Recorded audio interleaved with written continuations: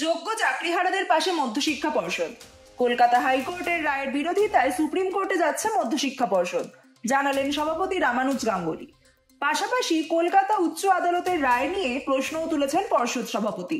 তিনি বলেন, কারা যোগ্যতায় স্বচ্ছভাবে চাকরি পেয়েছেন তা স্পষ্ট না করেই গোটা প্যানেল বাতিলের সিদ্ধান্তের সঙ্গে পর্ষদ সহমত নয়।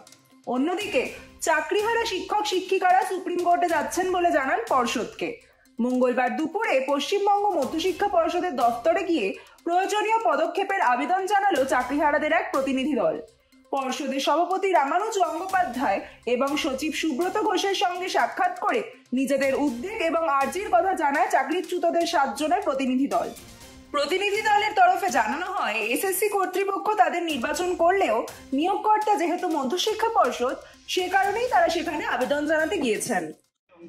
রায়ের ভেতরে যে বিষয়গুলো আছে সেগুলো নিয়ে আলোচনা করলাম, যে প্রশ্নগুলো, যে আশঙ্কাগুলো, যে ধরনের রিউমার্স ছড়ানো হচ্ছে সেগুলোকে ক্লিয়ার করে দেওয়া।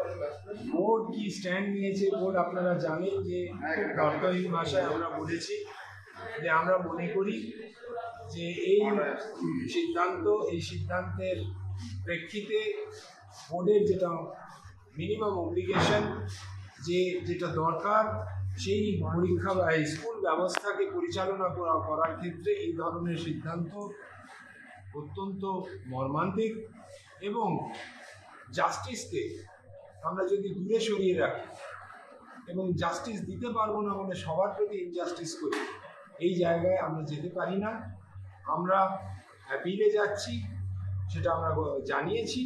আমরা সুপ্রিম কোর্টে অ্যাপিল দায়ের হয়ে গেলেই আপনারা আবারও আপনাদের জানিয়ে দেবো এবং সেই প্রক্রিয়া